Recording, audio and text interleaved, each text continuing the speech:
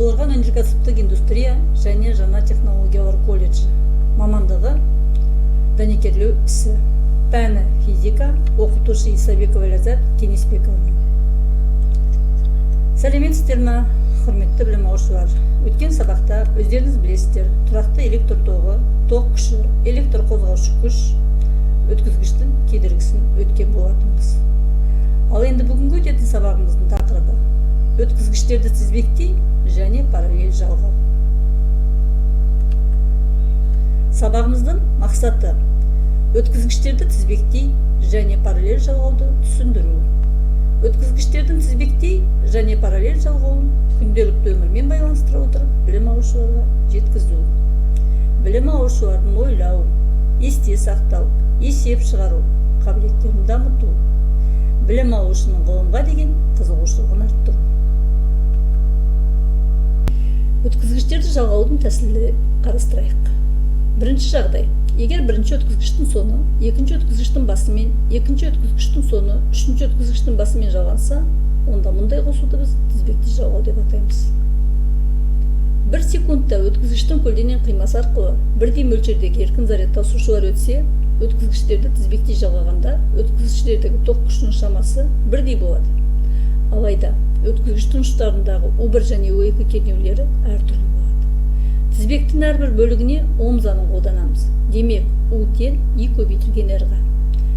U1 тең I көбейтілген R1, U2 тең I көбейтілген R2. U тең болады, U1 қосылған U2 екенін ескере отырып, U тең I көбейтілген R1 қосылған I көбейтілген R2 тең. I-міз жақшаның сыртына шығады да, жақшаның ішінде R1 қосылған R2 жасалады. Егер R арқылы өткізгіштердің жалпы кедергісін белгілесек, онда R-міз тең болады R1 қосылған R2-ге. Тізбектей жалғанған бірнеше өткізгіштен тұратын тізбектің кедергісі жеке өткізгіштер кедергілерінің қосындысына тең. Өткізгіштерді тізбектей жалғағанда тоқ күштері тең. Ал тізбектегі жалпы кернеу оның бөліктеріндегі кернеулердің қосындысына тең болады. Ал жалпы кедергі әрбір өткізгіштің кедергілерінің қосындысынан тұрады. Яғни ол былай жазылады. I тең I1 тең I2 тең I-ға. U тең U1 қосылған U2 тең UN-ға. R тең R1 қосылған R2 тең RN-ға. Енді екінші жағдайға тоқталатын болсақ. Егер өткізгіштердің басын бір ғана А нүктесінде, ал ұштарын екінші бір Б нүктесіне жалғасақ, онда мұндай жалғауды өткізгіштердің параллель жалғауы деп атайды. Электр тізбегін екі өткізгіштен артық өткізгіштер түйісетін нүктесін түйін деп атайды. Суретте осы А және Б нүктелерінің түйіндері көрсетілген. Тізбекті параллель жалғағанда екі параллель арнаға тармақталған су ағыны тәжізді тоқ өткізгіштер бойымен тармақталады. I1 және I2 тармақталған тоқ күштерінің қосындысы тармақталмаған бөлігіндегі I тоқтың шамасына тең. Яғни I тең I1 қосылған I2. Ом заңының негізінде бірінші өткізгіштің ұшындағы кернеу былай жазылады. U1 тең I1 қосылған көбейтілген R1. Ал екінші өткізгіштің ұштарындағы кернеу былай жазылады. U2 тең I2 көбейтілген R2. U1 және U2 бір-біріне тең, себебі олар А және В бір ғана нүктелердің, яғни түйіндердің арасындағы кернеу болып табылады. Осыдан U1 тең U2 тең U екендігі шығады. Жоғарыда формуланы ескеріп және жалпы кедергіні R арқылы белгілей отырып, U1 тең бөлшек алымы U бөлімде R1 үтір I2 тең бөлшек алымында U бөлімде R2 формулаларын жазып алдық. Бұл формулалардың оң және сол жақ бөліктерін қосамыз. Сонда ол былай жазылады. I1 қосылған I2 тең бөлшек алымында U бөлімде R1 қосылған бөлшек алымында U бөлімде R2. Немесе I тең болады бөлшек алымында U бөлімде R1 қосылған бөлшек алымында U бөлімде R2.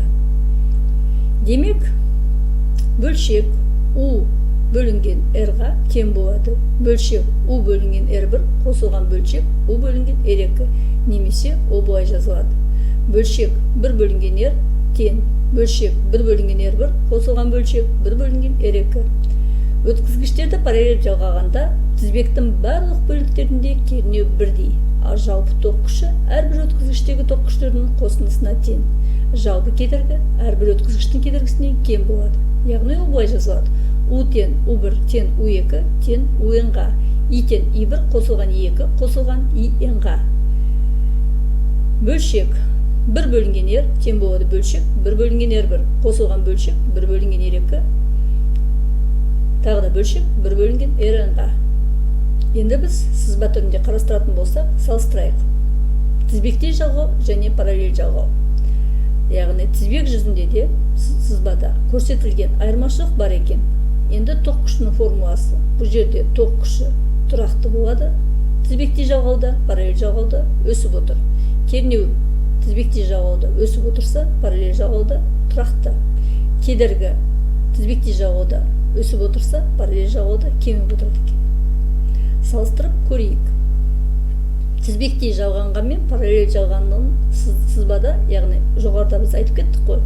Бірінші тізбектің ұшы, екінші тізбектің басы, екінші тізбектің ұшы, үшінші тізбектің басы деп. Ол бізде суретте көрсетіліп тұр. А параллель жалғалған өзінің атына сай, бірінші тізбек, екінші тізбек, екінші тізбекке үшінші тізбек параллель жалғанып тұр. Формулаға тоқталатын болсақ, формулаларында өзгешелік бар. Яғни тізбектей жалғанған кезде ток күші тұрақты болса, ал параллель жалғанған кезде өсіп отырады. Және кедергіге тоқталатын болсақ, кедергі тізбектей жалғанған кезде өсіп отырса, параллель жалғанған кезде кеміп отырады. Үшінші, кернеуге тоқталатын болсақ, тізбектей жалғанған кезде өсіп отырса, ал параллель жалғанған кезде кернеу тұрақты. Техникада және тұрмыста әртүрлі тұтынушылар, қыздыру шамдары, үтіктер, электр пештері, электр қозғалтқыштары және тағы басқа қолданылады екен. Сонымен қатар, дәнекерлеу ісінде де бұл біздің бүгінгі өтіп отырған тақырыпқа байланысты өткізгіштер тізбектей және параллель жалғау қолданылады.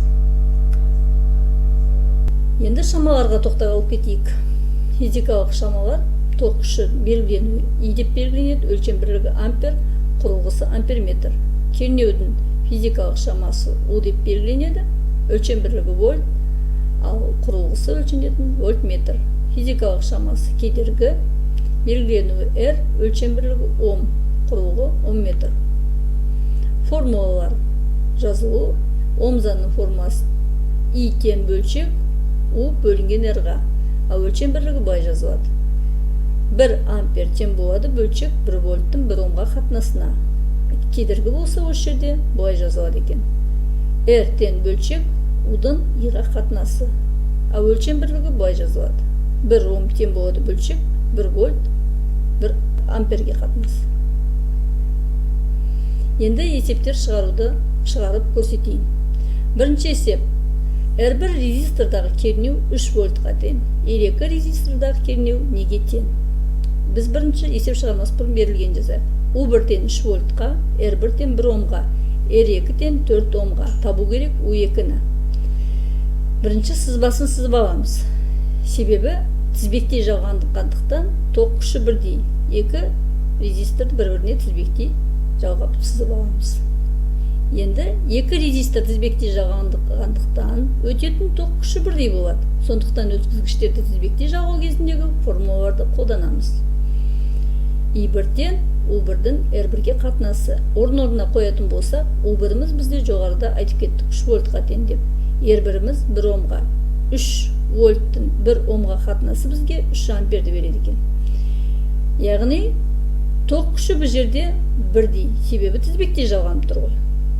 I тең I1 тең I2 тең 3 амперге. Осы жерден біз I2-ні тауып алатын болсақ, I2 тең U2-нің R2-ге формуласынан шығады. Осы жерден біз U2-ні тауып алатын болсақ, I2 көбейтілген R2. Енді орын-орнына қоямыз. I2-міз 3 вольтқа, I2-міз кешіріңіздер 3 амперге тең, ал R2-міз 4 омға. 3 амперді 4 омға көбейтетін болсақ, 12 вольт шығады. Яғни жауабы U2 12 вольт. Екінші есепке тоқталайық. Әр қайсысы 6 ом резистордың қосылуы сызба нұсқасы суретте көрсетіліп тұр. Осы электр тізбегінің барлық бөлігіндегі жалпы кедергіні анықтауымыз керек. берілгенін жазамыз. R1 тең R2 тең R3 тең 6 омға. Табу керек бізге жалпы кедергі. R жалпы сұрақ.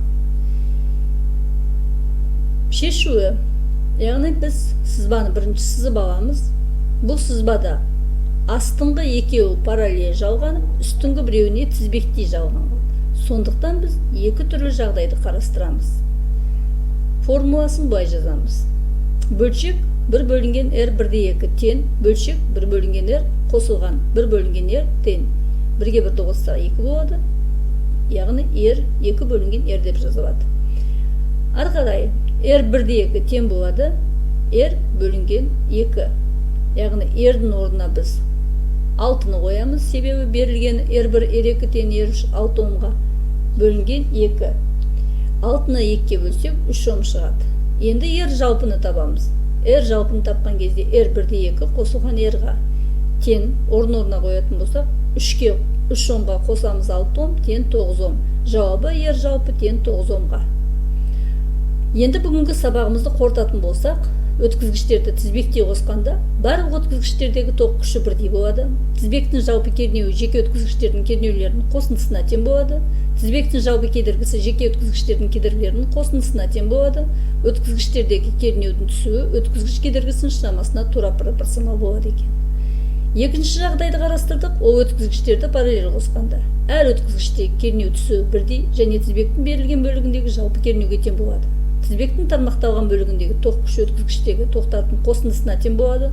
Жалпы кедергіге кері шама өткізгіштердің кедергілерінің кері шамаларының қосындысына тең болады. Өткізгіштердің тоқ күштердің қатынасы осы өткізгіштердің кедергілерінің кері шамаларының қатынасына тең болады екен.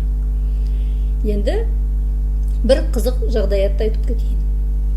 Аккумуляторды зарядтау кезінде оның қақпақтарын ашып қояды. Неге? Себебі аккумуляторды зарядтау кезінде сутегі мен оттегі бөлінеді. Егер қақпақ ашылмаса, жиналған газ аккумуляторды жарып жібереді. Екінші, қараңғыда қант сындырғанда әлсіз жарқылды байқауға болады екен. Себебі қант сындырғанда ол зарядталады. Үшінші, неге электр сымдарына қонып отырған құс жоғары кернеуді қосқанда ұшып кетеді?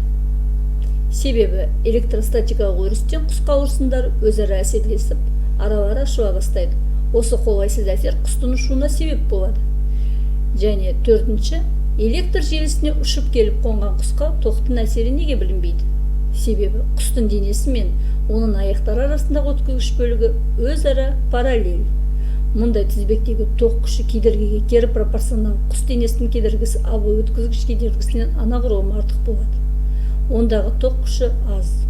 Ол құсқа қауіпті.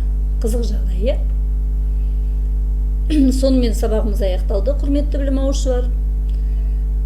Мен ойлаймын, сіздерге сабақ түсінікті болды деп, енді үйге тапсырманы жазып алыңыздар. Мына 7 сұраққа жауап береміз. Бірінші, өткізгіштегі тізбектей жалғау дегеніміз не?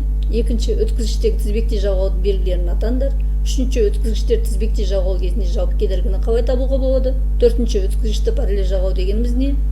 Бесінші, өткізгішті параллель жалғаудың белгілерін атаңдар. Алтыншы, өткізгішті параллель жалғау кезінде жалпы кедергіні қалай табуға болады? Жетінші, өткізгішті ортасына майыстырып, беттестірсе, оның кедергісі қалай өзгереді? Және соңғы 8-ші, Кронгард Кем Қойшыбаев оқулығынан 9-4 параграф 282-283 беттердегі 9-9-дан бастап 9-12 формулаға шейін жаттап аламыз. Және осы 283 беттегі 9-5, 9-6 сызбаларды дәптерге сызып аламыз. Сонымен құрметті білім алушылар, сабағымыз аяқталды. Сіздермен болған физика пәнінің оқытушысы Исабекова Ләззат Кеңесбековна.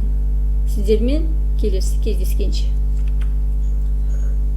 Назар қойып тыңдағандарыңызға рахмет.